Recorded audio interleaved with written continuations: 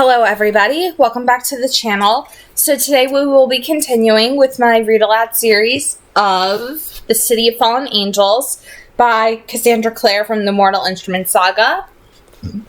And today is going to be the reading of chapter 11, which is called Our Kind. But before we begin the reading, I just have to make the quick disclaimer that I do not own any of the text being presented here. This is all simply a read aloud that I'm doing on this channel for entertainment purposes, and everything is in fair use. And of course, the owner of everything in the Shadowhunters Chronicles is owned by Cassandra Clare. So this is chapter 11, Our Kind. The demon lunged for Clary, and she stopped, screaming abruptly, and flung herself backward over the altar. A perfect flip, and for one bizarre moment she wished Jace had been there to see it. She hit the ground in a crouch, just as something struck the altar hard, making the stone vibrate. A howl sounded through the church. Clary scrambled to her knees and peered over the edge of the altar. The demon wasn't as big as she'd first thought, but it wasn't small either, about the size of a refrigerator, with 3 heads on swinging stalks. The heads were blind, with enormous gaping jaws from which ropes of greenish drool hung. The demon seemed to have smacked its leftmost head on the altar when it grabbed for her, because it was shaking the head back and forth as if trying to clear it. Clary glanced up wildly, but the track-suited figures were still where they had been before. None of them had moved. They seemed to be watching what was going on with a detached interest. She spun and looked behind her, but there appeared to be no exits from the church besides the door she'd come through, and the demon was currently blocking her path back to it. Realizing she was wasting precious seconds, she scrambled to her feet and grabbed for the athame. She yanked it off the altar and ducked back down just as the demon came for her again. She rolled to the side as a head, swaying on a thick stalk of neck, darted over the altar, its thick black tongue flicking out, searching for her. With a scream, she jabbed the athame into the creature's neck once, then jerked it free, scrambling backward and out of the way. The thing screamed, its head rearing back, black blood spraying from the wound she'd made. But it wasn't a killing blow. Even as Clary watched, the wound began to heal slowly, the demon's blackish-green flesh knitting together like fabric being sewn up. Her heart sank. Of course. The whole reason Shadowhunters used runed weapons was that the runes prevented demons from healing. She reached for the stele in her belt with her left hand and yanked it free just as the demon came for her again. She leaped to the side and threw herself painfully down the stairs, rolling until she fetched up against the first row of pews. The demon's turned, lumbering a bit as it moved, and made for her again, realizing she was still clutching both the stele and the dagger. In fact, the dagger had cut her as she had rolled, and blood was quickly staining the front of her jacket. She transferred the dagger to her left hand, the stele to her right, and with a desperate swiftness, cut an Enkeli rune into the athame's hilt. The other symbols on the hilt began to melt and run as the rune of angelic power took over. Clary looked up. The demon was almost on her, its 3 heads reaching, their mouths gaping. Propelling herself to her feet, she drew her arm back and flung the dagger as hard as she could. To her great surprise, it struck the middle head, right in the center of the skull, sinking it up to the hilt. The head thrashed as the demon screamed. Clary's heart lifted, and then the head simply dropped, hitting the ground with a sickening thud. The demon kept coming anyway, dragging the now dead head on its limp neck as it moved toward Clary. The sound of many footsteps came from above. Clary looked up. The track-suited figures were gone, the gallery empty. The sight was not reassuring. Her heart was doing a wild tango in her chest. Clary turned and ran for the door, but the demon was faster than she was. With a grunt of effort, it launched itself over her and landed in front of the doors, blocking her way out. Making a hissing noise, it moved toward her, its 2 living heads swaying, then rising, stretching to their full length in order to strike at her. Something flashed through the air, a darting flame of silvery gold.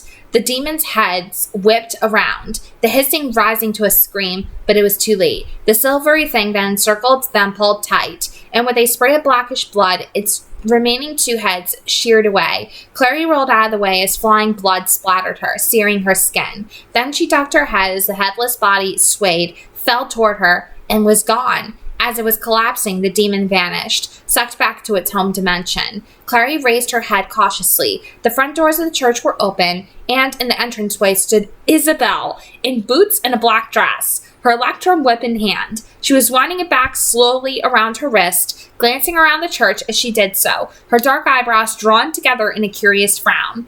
As her gaze fell on Clary, she grinned. "Damn, girl," she said. "What have you gotten yourself into now?"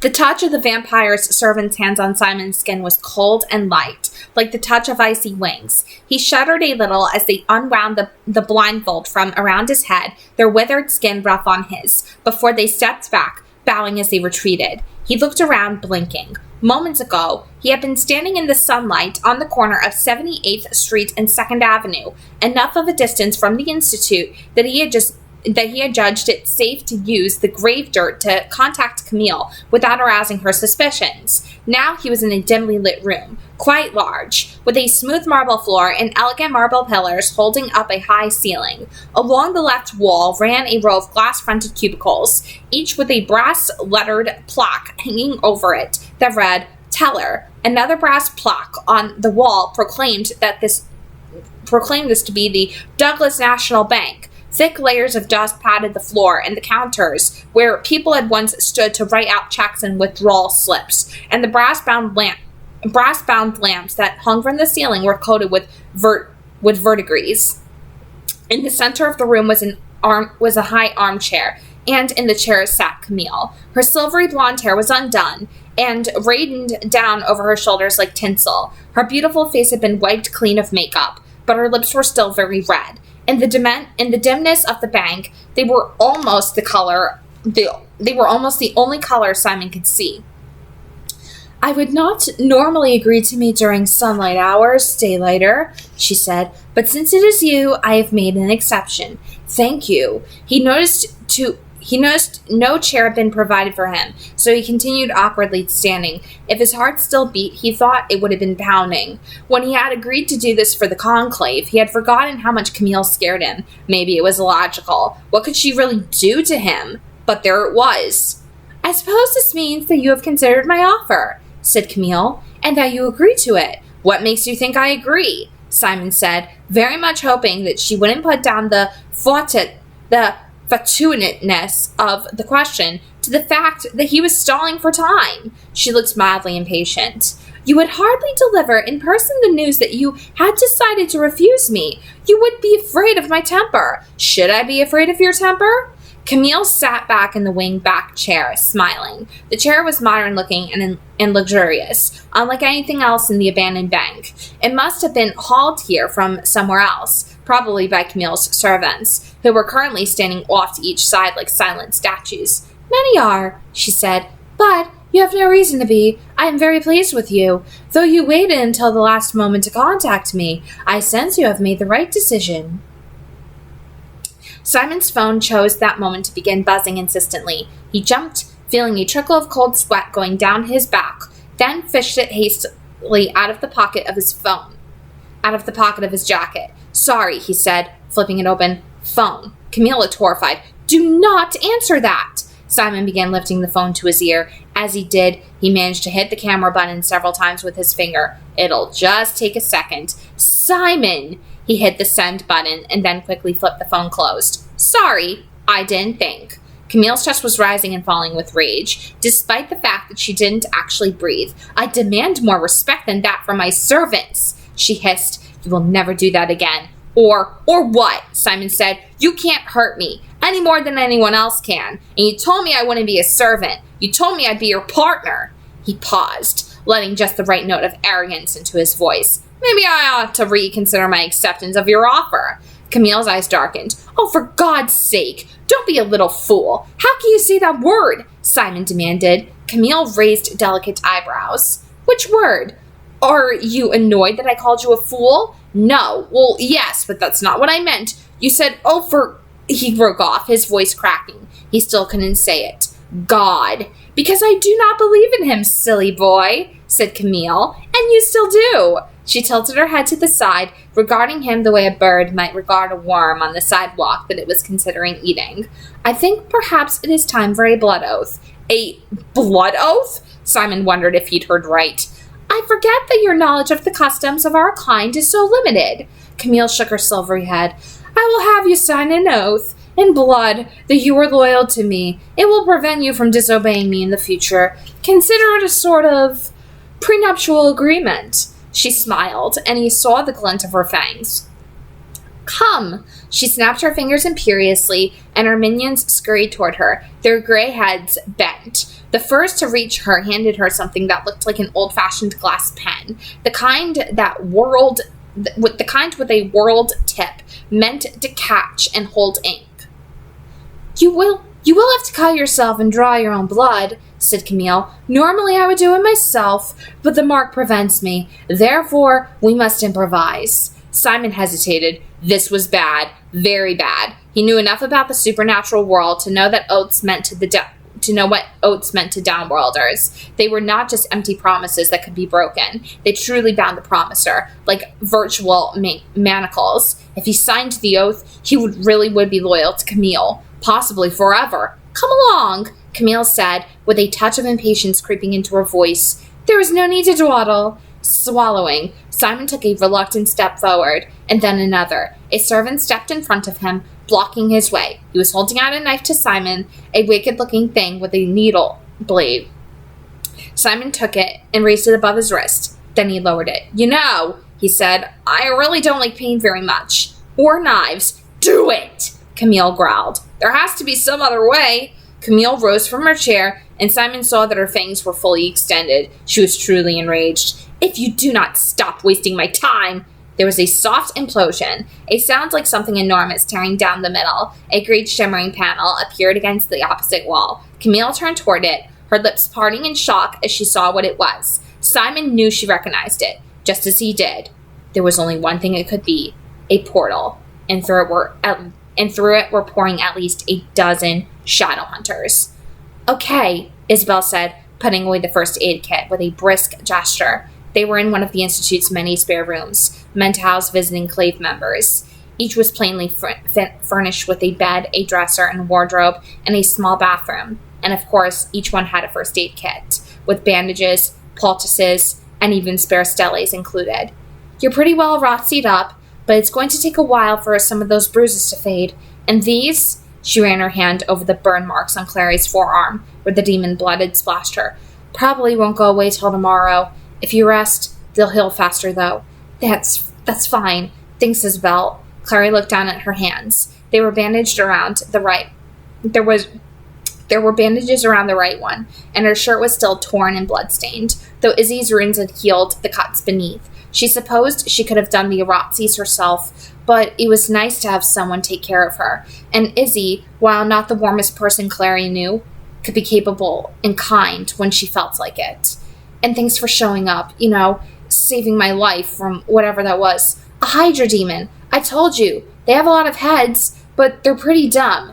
And you weren't doing such a bad job with it before I showed up. I like what you did with the Athame. Good thinking under pressure. That's as much a part of being a shadow hunter as learning how to punch holes in things. Isabel flopped down onto the bed next to Clary and sighed.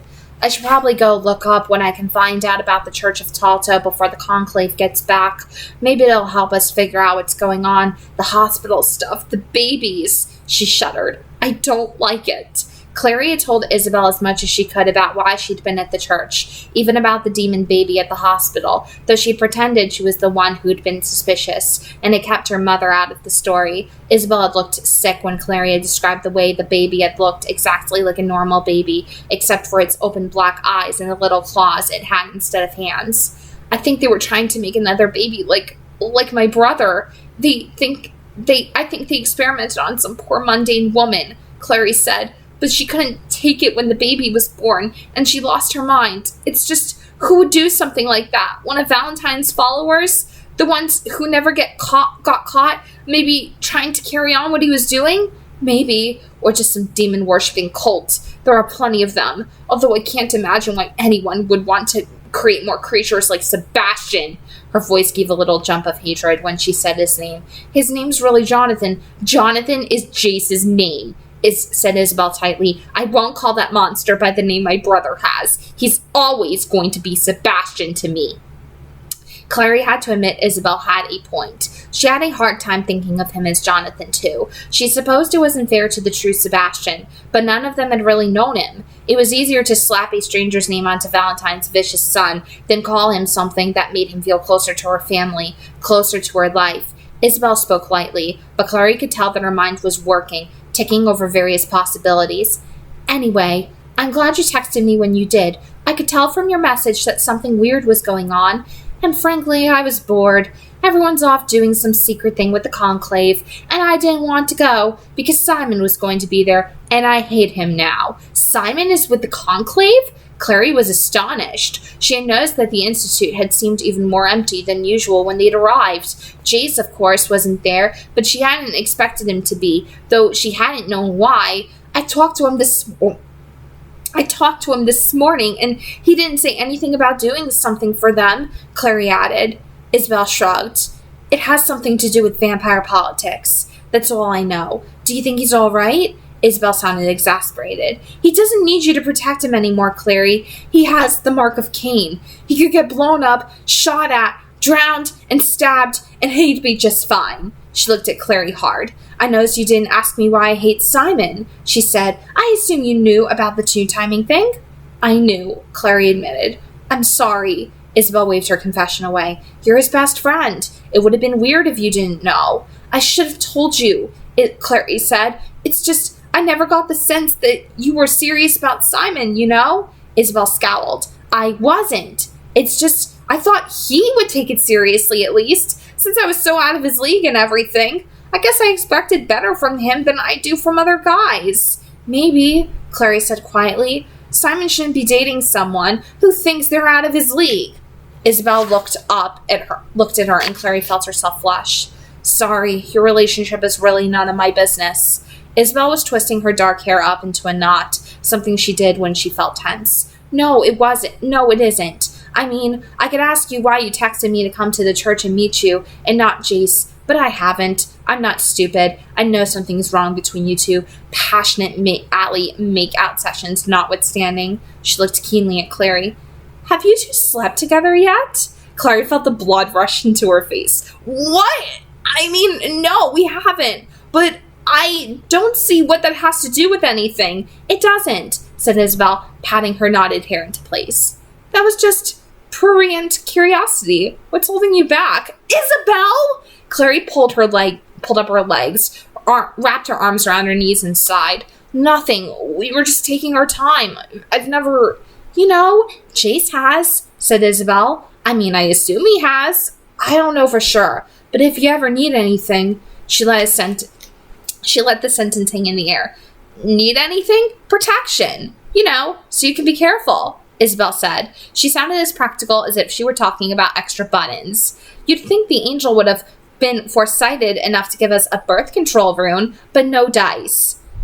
Of course I'd be careful, Clary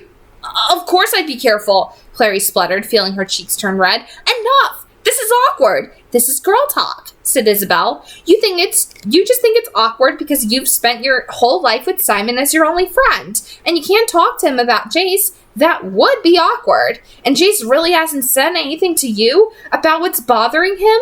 Clary said in a small voice. You promise? He didn't have to, Isabel said. The way you've been acting, and with Jace going around looking like someone just died, it's not like I wouldn't notice something was wrong.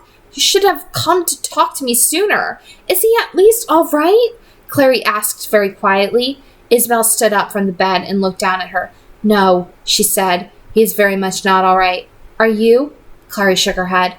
I didn't think so, Isabel said. To Simon's surprise, Camille, upon seeing the shadow hunters, didn't even try to stand her ground. She screamed and ran for the door, only to freeze when she realized that it was daylight outside, and that exiting the bank would quickly incinerate her. She gasped and cowered back against a wall, her fangs bared, and a low hiss coming from her throat.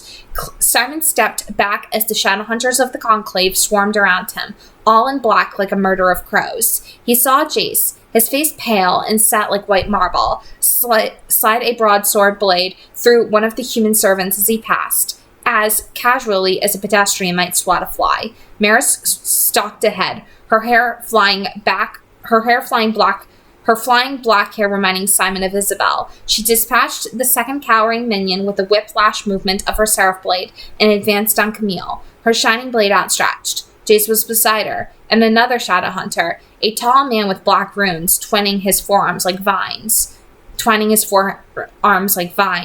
was on her other side. The rest of the Shadowhunters had spread out and were canvassing the bank, sweeping it with those odd things they used, sensors, checking every corner for demon activity. They ignored the bodies of Camille's human servants, lying motionlessly in their pools of drying blood. They ignored Simon as well. He might as well have been another pillar, for all the attention they paid him. "Camille Belcourt," said Maris, her voice echoing off the marble walls. "You have broken the law and are subject to the law's punishment. Will you surrender and come with us, or will you fight?" Camille was crying, making no attempt to cover her tears, which were tinged with blood. They streaked her white face with red lines as she choked, "Walker, and my archer." Maris looked baffled. She turned to the man on her left. "What is she saying, Kadir?"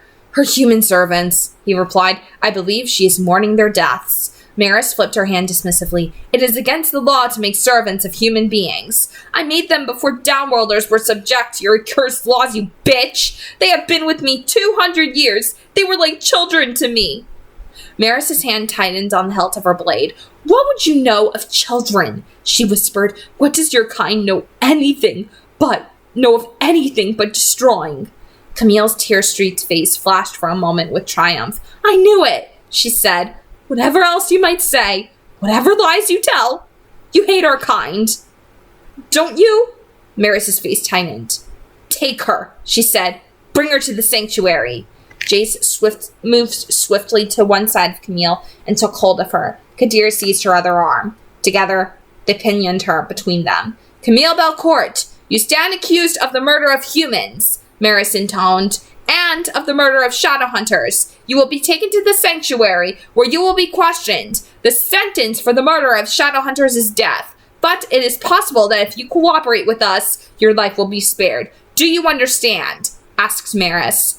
Camille tossed her head defiantly. "There is only one man I will answer to," she said. "If you do not bring him to me, I will tell you nothing. You can kill me, but I will tell you nothing." "Very well," said Maris. "What man is that?" Camille bared her teeth. "Magnus Bane." "Magnus Bane?" Maris looked flabbergasted. "The High Warlock of Brooklyn? Why do you want to talk to him?" "I will answer to him," Camille said again, "or I will answer to no one." And that was that. She said not another word. As she was dragged away by Shadowhunters, Simon watched her go. He did not feel, as he had thought he would, triumphant. He felt hollow and strangely sick to his stomach. He looked down at the bodies of the slain servants. He hadn't liked them much either, but they hadn't asked to be what they were. Not really. In a way, maybe neither had Camille. But she was a monster to Nephilim anyway, and maybe not just because she had killed Shadowhunters. Maybe there was no way, really, for them to think of her as anything else. Camille had been pushed through the portal. Jace stood on the other side of it, gesturing impatiently for Simon to follow. "Are you coming or not?" he called. "Whatever else you might say, whatever lies you tell, you hate our whatever else you might say, whatever lies you tell, you hate our own kind." "Coming," Simon said, and moved reluctantly forward. Okay, so chapter 11 was a very short chapter, but there was a lot of stuff that happened where you see Clary actually very well holding her own in the Church of Talto. She did very well against the Hydra demon for somebody that had very little training in only a couple months, considering she thought so quickly on her feet. She did a really, really good job, I have to say. But Simon confronting Camille and refusing to serve her, and then, of course, the Conclave coming in, and you see Camille sort of broken down and vulnerable in this chapter, especially when she talks about her human subjugates who didn't ask to be what it was that they were, but she had them for thousands of years before the Clave made any laws banning vampires from having human subjugates. And the way how she talks about them, she describes them as almost like her children in a way. And it just kind of goes to show that in some odd way, vampires, even though they may not know what it's like to, give birth, have children, or anything like that, they do feel some sort of an emotional attachment to the people that they sire or the people that they turn into subjugates. And her telling Maris this, it goes to show that even vampires have a very human side to them, and that even though they're half demon, even though they have demonic blood in them, they are just as much human as we are. And that right there is just, oh my gosh, that was very hard to read.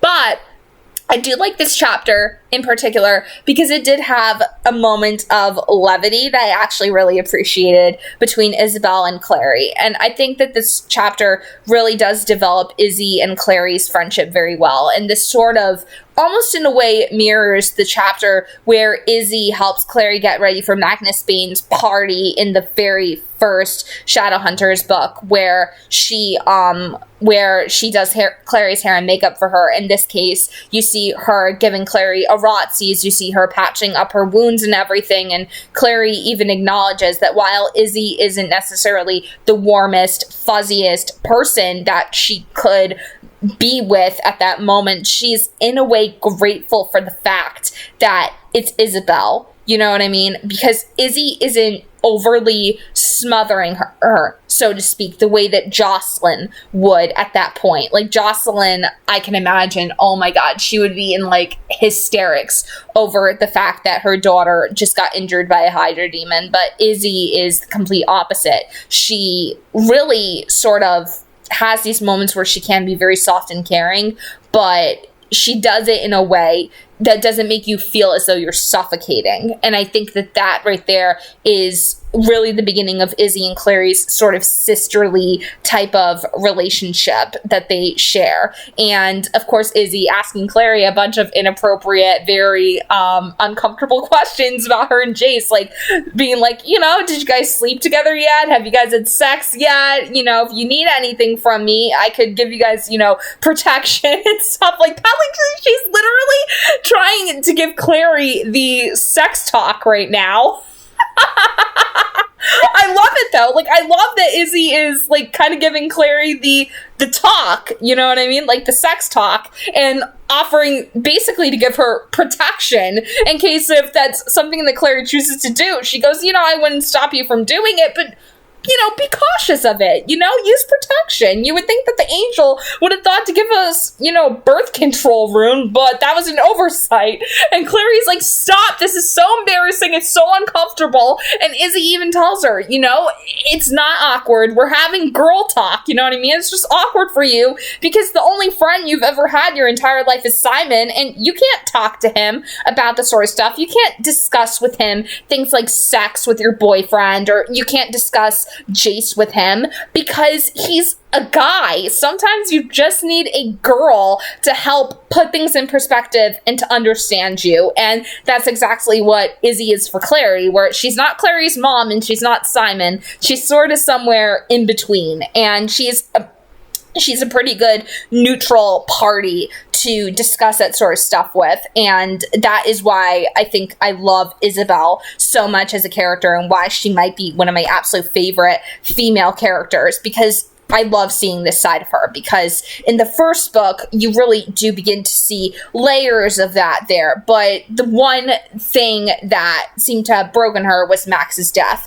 And of course, with Izzy, she does have a softer side to her underneath that harder exterior, because I can say that her television show counterpart, played by Emerald Tubia, as much as I love Emerald as Izzy, and she looked a lot more like Izzy, I think that Jemima West's performance as Isabel was better and more book accurate than Emerald's, because Jemima, keep in mind, the way how she was acting, the way how she spoke, her tone of her voice, and everything that came along with that. She came across as very cold, very icy, very straightforward, doesn't sugarcoat anything, is very blunt, very honest, whereas Emerald's Izzy is a lot more warm, fuzzy, willing to take Clary in immediately as sort of kind of like an older sister would, but it wasn't that way initially in the first book at all whatsoever. In fact, their first interaction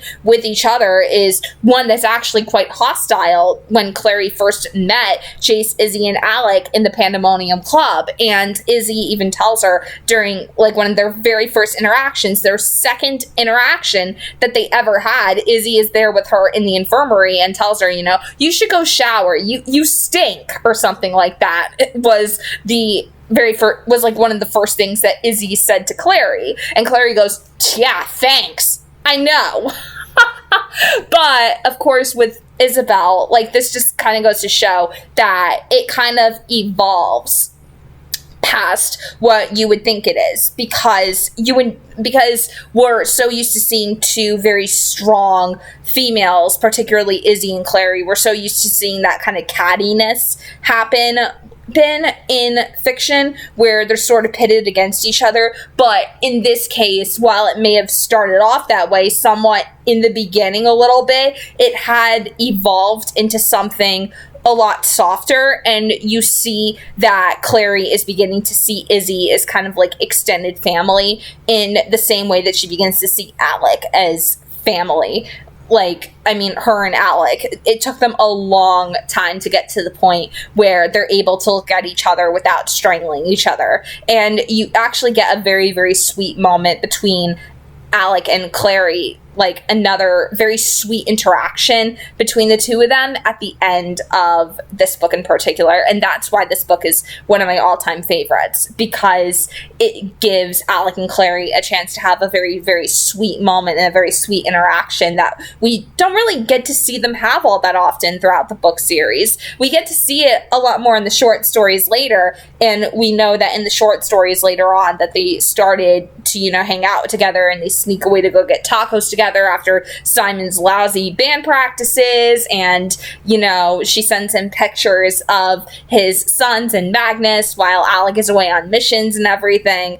But of course, with Clary and Alec, this kind of goes to show that they have gone a long way since they first met. Sure, the ending of the first book in the epilogue really shows that they put in kind of an effort where Alec and her, basically, they both apologize for the things that they said to each other, and Alec basically, teasing her and everything. But the moments where they're alone and they have those moments together where it's just the two of them amongst a crowd of people, then it's stuff like that we very rarely get to see in the actual books themselves. So that's what I love about this book, is that at the end, they really do have another, one of those very rare moments of friendship where you see Alec basically taking care of her and looking at her like a younger sister,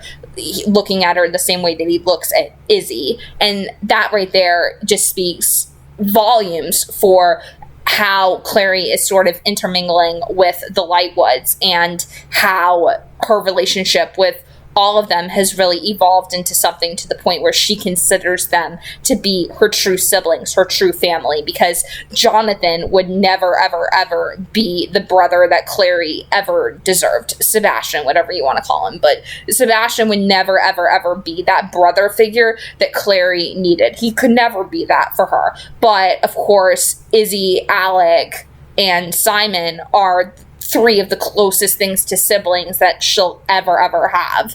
And that right there just goes to show that she is getting out of her comfort zone a little bit, and Izzy, while her friendship with Izzy isn't necessarily comfortable, in fact, it can be very uncomfortable, considering that Izzy is so radically different from who Clary is. Very impractical in terms of dress, you know what I mean? I mean, she shows up to rescue Clary in a dress and 5-inch stilettos. But I can say that what was so good about Izzy and Clary's friendship is the moments like this, where you see Clary kind of leaning on Izzy a little bit, and Izzy sort of being that person to give her a very blunt, honest opinion without worrying about upsetting her too much. Whereas in comparison to Jocelyn, who overly smothers and overprotects Clary to the point where she was so sheltered, you know, it cannot be more night and day. It cannot be more night and day than anything else in the book series, but it's actually really, really cool to see something like that happen and play out, and I actually really, really love that, and that is why this chapter is probably my favorite. Chapter 11 was probably my most favorite. It's called Our Kind, and oh my gosh, it had moments of levity, and it just goes to show that Izzy does have moments of sensitivity, and I think that's why that was my favorite chapter so far reading, because not only was it the shortest, but it was also one of the funnier ones that had a level of levity that the books really do need, and it brought quite a lot of balance to the chapter between what was going on with Simon and Camille. It's nice to see, you know, two girls kind of sticking together through the whole thing. So there you have it. That's my reading of Chapter 11, Our Kind. So if you guys enjoyed the read aloud, you can comment down below and leave your thoughts and opinions on this chapter in particular. Especially that scene between Izzy and Clary. That is my all-time favorite. So if you guys comment about that, forget about it. Like, I can talk about that all day. But if you guys happen to be brand new, you can subscribe to the channel, and also be sure to leave a like on the video. And tomorrow will be when Chapter 12, Sanctuary, gets premiered live on this channel. Because remember, I record all of this ahead of time, and I post it and I premiere it on the days that I want it to premiere. So God bless, happy viewing, and have a nice day, everyone. See ya!